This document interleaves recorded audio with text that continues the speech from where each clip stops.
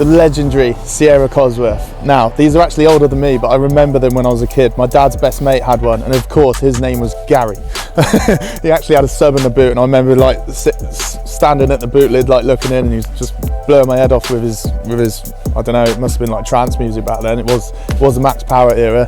But these things, like I hold them dear to my heart, like the memories as a child and seeing them drive around, like it was the whole max power era. These cars, they're a bit of a unicorn now. They've skyrocketed in price, and for good reason. Like, they just look incredible. The styling is amazing. Obviously underneath it's still a Sierra, but all the added arches, body kit, and of course that legendary whale tail spoiler at the back, they just look unreal. They're just built for racing. Out the box, these are about 200 horsepower, but which by today's standards, that's not very much, but in the day, that was a lot. And through two-wheel drive, it was a handful. This one though, it's a bit different. It's got a Rayland built engine, leader coilovers, AP brakes, of course the go-to wheels comp-motives on your fast Ford, and it's 500 horsepower. But enough talking and looking at it, let's take it for a spin.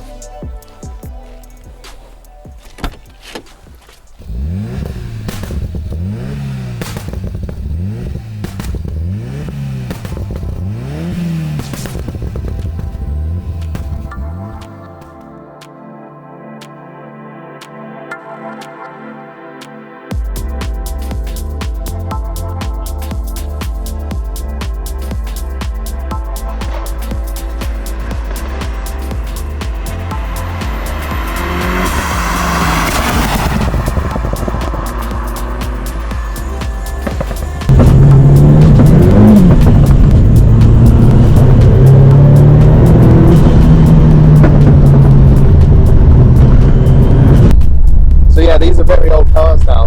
Well, I say very old. They're about 34 years old now. This one in particular is 98, so it's 34. They do age, like for the time, they were obviously very fast. They still look incredible, but you do need to update things on them if you wanted to drive even better. Like, technology is just advanced. One of the biggest things obviously is the turbo. This has obviously got a bigger turbo, but in standard form they are quite laggy. Again, so the power all comes in at once. There's nothing, and literally you get a whole wave of power and torque. And being two-wheel drive, you've got to be on it to catch it. And this one, 500 horsepower, so it's nearly 2.5 times what the original power was. It's definitely a handful.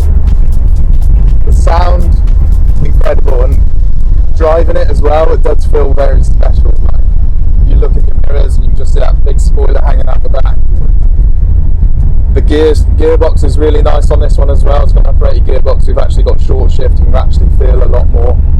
It's got leader coilovers as well, and obviously on a standard car, the suspension does get very tired. Again, it's an old car and technology's moved on. So little things like that, if you can update them, put more modern stuff on, it does definitely improve the handling and the overall feel of the car, and it gives you a lot more confidence.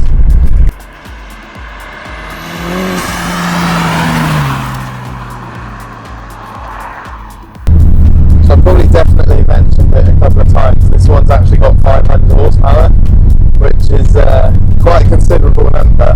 Obviously being two-wheel drive, it'd be rude not to give it a little tickle, wouldn't it?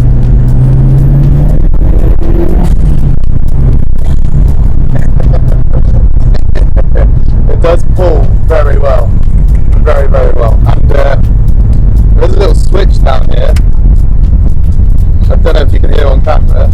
The turbo's stalling. It's got anti-lag.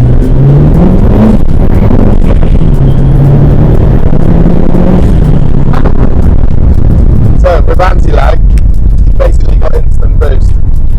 It's dumping more fuel into the engine, a little bit more ignition. It keeps that turbo spooling flat out, so as soon as you want the boost, you should have full boost straight away. And obviously because it's putting more fuel and ignition in, you get lots of pops and bangs out the back, which sounds incredible. And obviously there's nobody behind us, but if there was, they're getting a lot of play.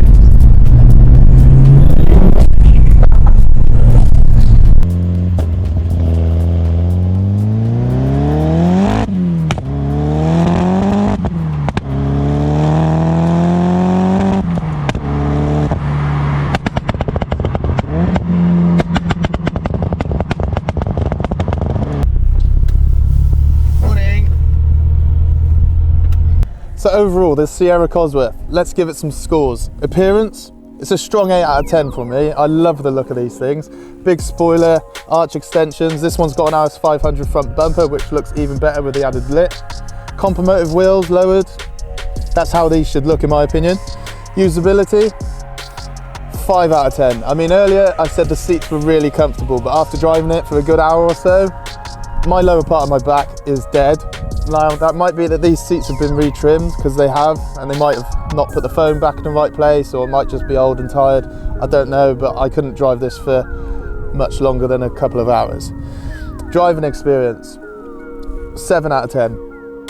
I mean, I would have put it lower because, yeah, the pedals are a bit tight, the steering's a bit vague. Again, that could be age related. But I've driven other ones of these as well, and that's been the same. The pedal box is a bit of a weak point.